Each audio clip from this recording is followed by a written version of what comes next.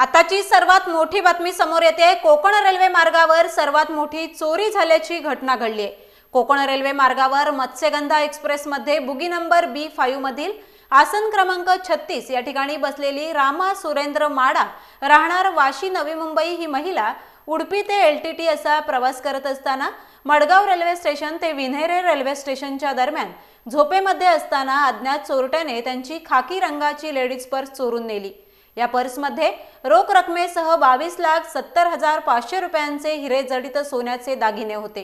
या पर्समध्ये 45,000 रुपये रोख तसेच 4,50,000 रुपये किमतीच्या हिरे जडित सोन्याच्या बांगड्या, 4 लाख रुपये किमतीची सोन्याची चेन, त्याला हिरे जडित पेंडल तसेच 4 लाख रुपये किमतीच्या सोन्याच्या 8 बांगड्या, 4,50,000 रुपये किमतीचे सोन्याची चेन, एलिझाबेथ डॉलर पेंडल असलेली तसेच अन्य सोन्याचे दागिने व त्यासोबतच इतर महत्त्वाची कागदपत्रे चोरीला गेली आहेत।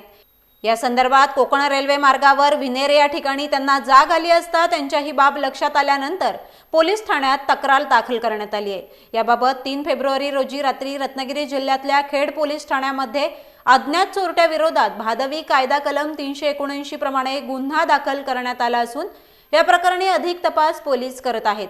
कोकण रेल्वे मार्गावर अनेक एक्सप्रेस व पॅसेंजर गाड्यांमध्ये गेल्या वर्षभरात 3 ते 4 चोऱ्या झाल्या, मात्र गेल्या कित्येक वर्षांपासून ही सर्वात मोठी चोरी असल्याचे बोलले जात आहे।